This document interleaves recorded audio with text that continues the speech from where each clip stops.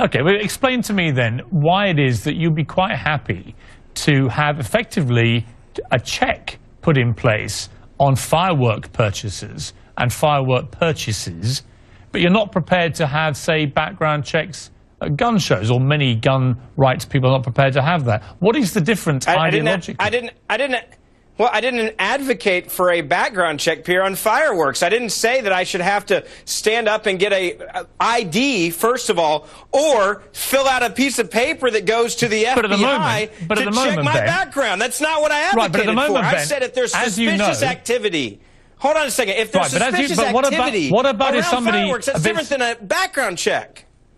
No, what about if somebody a bit suspicious looking turns up at a gun show and wants to buy an AR-15 or 4 of them, for example? At the moment, in 40% of all the trades at these gun shows, nobody cares. Nobody asks who he is, whether he's a criminally minded person, has a criminal record, maybe mentally ill. What is the difference between that scenario and somebody being suspicious buying fireworks?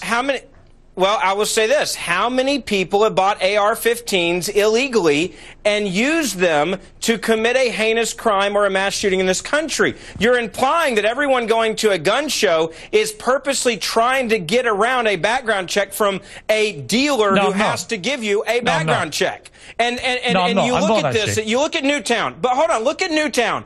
Would a background check in Newtown have fixed the problem? No, it wouldn't have. We know that factually now. We know Aurora, Colorado, a background check wouldn't have fixed that. You're dealing with mental health issues. You want to have a mental health registry? I'm your best friend right now, but I'm not saying that we should background check for fireworks or background check every single person if I'm going out to buy a .22 rifle from my uncle. But what you are... Right, but what you are agreeing with me about is that there is a clear need, and you'd be perfectly in favour of it, for if somebody suspicious turned up to buy fireworks in one of these phantom fireworks stores, for example, and there are 1,200 of them in America, you'd have no problem with that. But if they do it at a gun show, whoa, you can't do that, mate. It's infringing my Second Amendment rights. No, that's... let me ask you this. If someone walks up, but hold on, if someone walks up and tries to buy a gun, for example, walks up and goes, hey, man, I need to buy a gun out back around the corner, normal law-abiding citizens are not going to sell that guy a gun. There is a black market for weapons out there. Okay. We should punish people on the black market. You got to work with the laws that we currently have that we're not enforcing.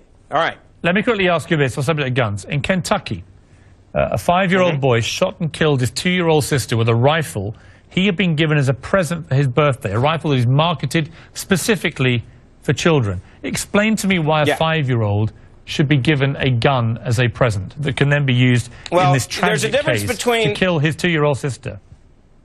Yeah, there's a difference between giving your child a present and being a terrible parent. You had a terrible parent in this situation who is incredibly ignorant and stupid to leave, first of all, a loaded weapon out around adults. You don't do that, much less children. Second of all, you had a stupid parent that didn't lock up the gun. So I don't know what law you're going to pass to allow for parents to be screened to be dumb or not. I mean, that'd be pretty hard to enforce. But I know that I was given a gun on my 6th birthday and 7th birthday and 8th birthday. But they weren't in my possession. They were put up in my parents' room where I only got to see them under their supervision. You can't, I mean, if you want to, legislate parents being dumb or not dumb, you figure out how to do it, and we'll see if it works. But you can't blame the gun for the situation where you have a dumb parent. All I'm aware of, but Ben, all I'm aware of is that earlier this month, in the same month, a 4-year-old shot and killed a deputy's wife at a barbecue in Tennessee, right?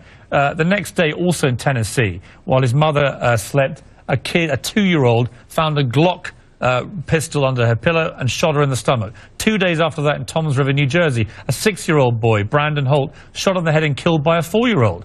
I mean, how many more of these things have to happen just indiscriminately before people wake up and go, that's enough kids shooting guns and being shot with guns, isn't it?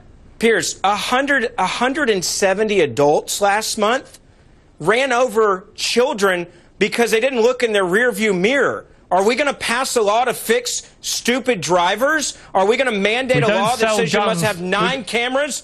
No, you're missing, but listen carefully to what I'm saying. My point is this.